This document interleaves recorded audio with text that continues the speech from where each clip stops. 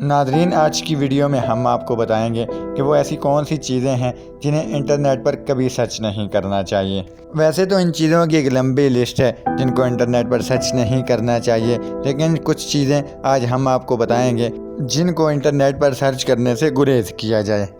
ناظرین، اس بات سے تو آپ بخوبی واقف ہیں کہ انٹرنیٹ کے استعمال میں دن بہ دن اضافہ ہوتا جا رہا ہے۔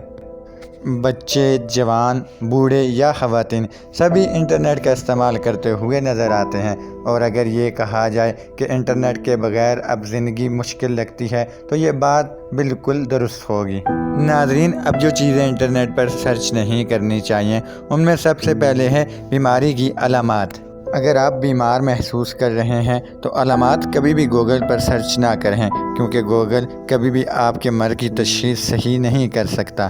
آپ کے مرض کی تشخیص صحیح سے نہیں ہوگی تو آپ دوائیں بھی غلط لیں گے، اور وہ دوائیں آپ کو نقصان پہنچا سکتی ہیں جو بعض اوقات جان لیوا بھی ثابت ہو سکتی ہیں۔ اس لیے جب بھی بیمار ہوں تو اپنے طبیب سے رجوع کریں۔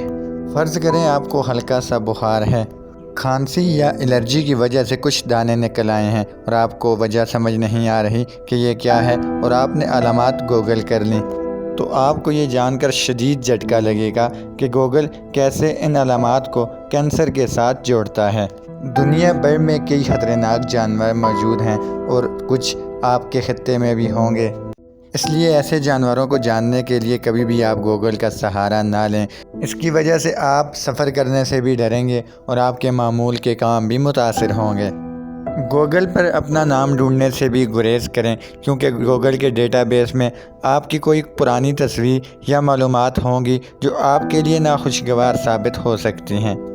ناظرین، آج کی ویڈیو سے فی الحال اتنا ہی۔ آپ سے ملاقات ہوگی پھر کسی نیکسٹ ویڈیو میں، تب تک کے لیے دیجیے اجازت۔ اللہ حافظ۔